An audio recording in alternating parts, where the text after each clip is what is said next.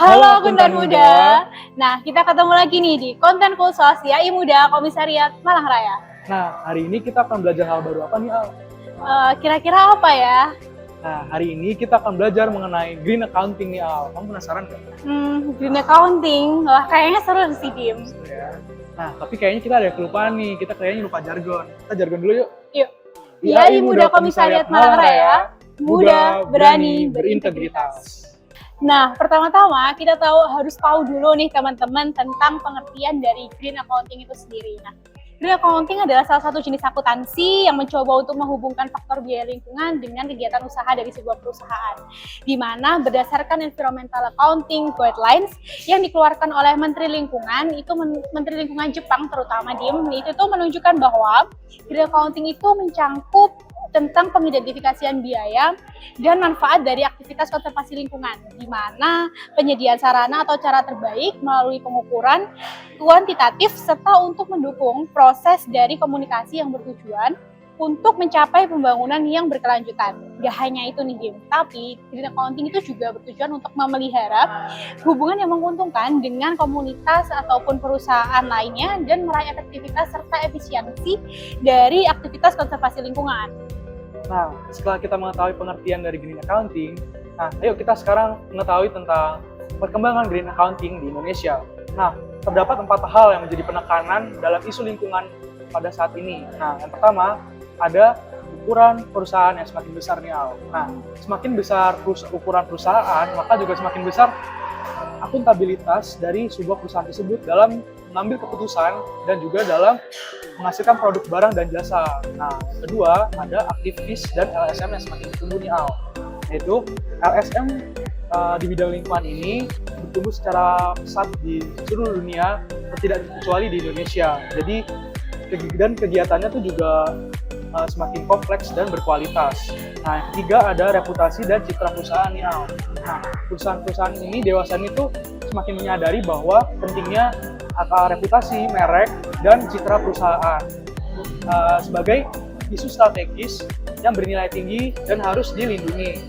Nah, yang keempat itu adalah kemajuan teknologi komunikasi yang sangat cepat nih, Al. Nah, kemajuan teknologi informasi itu penting bagi setiap perusahaan karena perusahaan itu juga harus memiliki komitmen dan yang tinggi untuk menjalankan tanggung jawab dan tanggung jawab sosial dan lingkungannya di sekitar perusahaan tersebut, nih, Al. Wah, ternyata perkembangannya cepat juga ya, Dim. Nah, sekarang nih aku mau ngasih tahu ke teman-teman semua tentang apa sih sebenarnya fungsi dari green accounting itu. Nah, fungsi green accounting sendiri itu ada 2, teman-teman. Yang pertama yaitu adalah fungsi internal, di mana fungsi internal ini memungkinkan untuk mengatur biaya konservasi lingkungan dan menganalisa biaya lingkungan itu dengan manfaatnya. Dan nggak hanya itu, dari fungsi internal sendiri ini juga meningkatkan efektivitas dan efisiensi aktivitas konservasi lingkungan terkait dengan keputusan yang telah dibuat oleh sebuah perusahaan.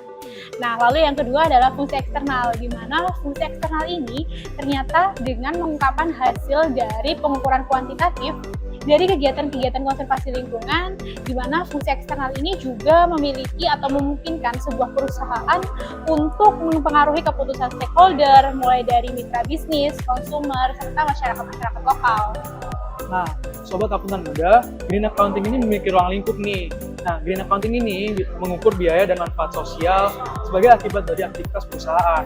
Nah, green accounting ini memiliki skala-skala yang penting dalam penerapannya. Yang pertama ada kebutuhan, kepentingan, tujuan, dan sumber daya perusahaan nih, teman-teman.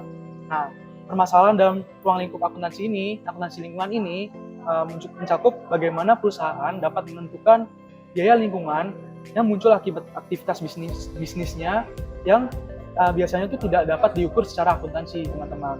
Nah, semakin luas cakupan dari perusahaannya juga semakin sulit untuk pengukurannya itu semakin sulit.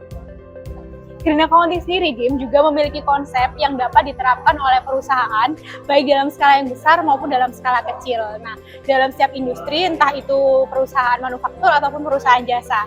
Nah, nggak hanya itu, penerapan akuntansi lingkungan pun juga harus dilakukan dengan cara yang sistematis atau didasarkan pada kebutuhan perusahaan, di mana keberhasilan dalam penerapan akuntansi lingkungan ini terletak pada komitmen manajemen dan keterlibatan fungsional. Lalu, sistem penilaian biaya lingkungan ini juga dapat membantu dalam memperbaiki keputusan-keputusan yang terkait dengan keputusan bauran produk, lalu pemilihan input produksi, penilaian pencegahan pencemaran, lalu evaluasi pengelolaan limbah, serta penentuan harga produk. Nah, Sobat Akuntan Muda, Green Accounting ini memiliki biaya-biaya yang penting loh. Yang pertama, ada conventional cost nih, Al. Nah, conventional cost ini merupakan biaya yang merupakan seperti bahan baku, kemudian utilitas, barang modal, pasokan yang biasanya kita temukan di akuntansi biaya dan penganggaran modal. Nah, tapi biaya-biaya tersebut biasanya tuh tidak dipertimbangkan dalam biaya lingkungan, teman-teman. Nah, yang kedua ada potential hidden cost. Nah, potential hidden cost adalah biaya-biaya yang mungkin berpotensi tersembunyi dari manajer. Nah, biaya ini dapat mencakup biaya rancang produk ramah lingkungan, kualifikasi pemasok, evaluasi, hingga peralatan pengendalian alternatif pencemaran. Nah, yang ketiga ada contingent cost. Nah, contingent cost ini merupakan biaya yang mungkin terjadi atau mungkin tidak terjadi di masa depan. Nah, contohnya sebagai biaya kompensasi atas kecelakaan kerja, kemudian kompensasi atas pencemaran lingkungan, terus ada biaya denda dan lain sebagainya. Nah, yang keempat ada biaya image and relationship cost. Nah, biaya ini disebut juga sebagai biaya citra perusahaan. Nah, biaya ini dikategorikan sebagai biaya pelaporan lingkungan tahunan dan kegiatan hubungan masyarakat. Nah, biaya ini biasanya tuh seperti biaya menanam pohon, biaya-biaya yang dikeluarkan untuk program penghargaan dan pengakuan, terus ada biaya-biaya CSR lainnya gitu. Wah, ternyata seru juga ya di pembahasan tentang Green Accounting kali ini. Nah, gimana nih Sobat Akuntan Muda? Pastinya menambah wawasan kan teman-teman tentang Green Accounting. Nah, jadi nggak sabar buat kulkas-kulkas berikutnya. Nah, pastinya nggak kalah menarik dari materi Green Accounting kali ini dong. Jadi, jangan lupa stay tune terus di YouTube channel IAI Muda Komisariat Malangraya agar tidak ketinggalan pembahasan-pembahasan menarik lainnya nih. IAI Muda Komisariat Malangraya, muda, berani, berintegritas.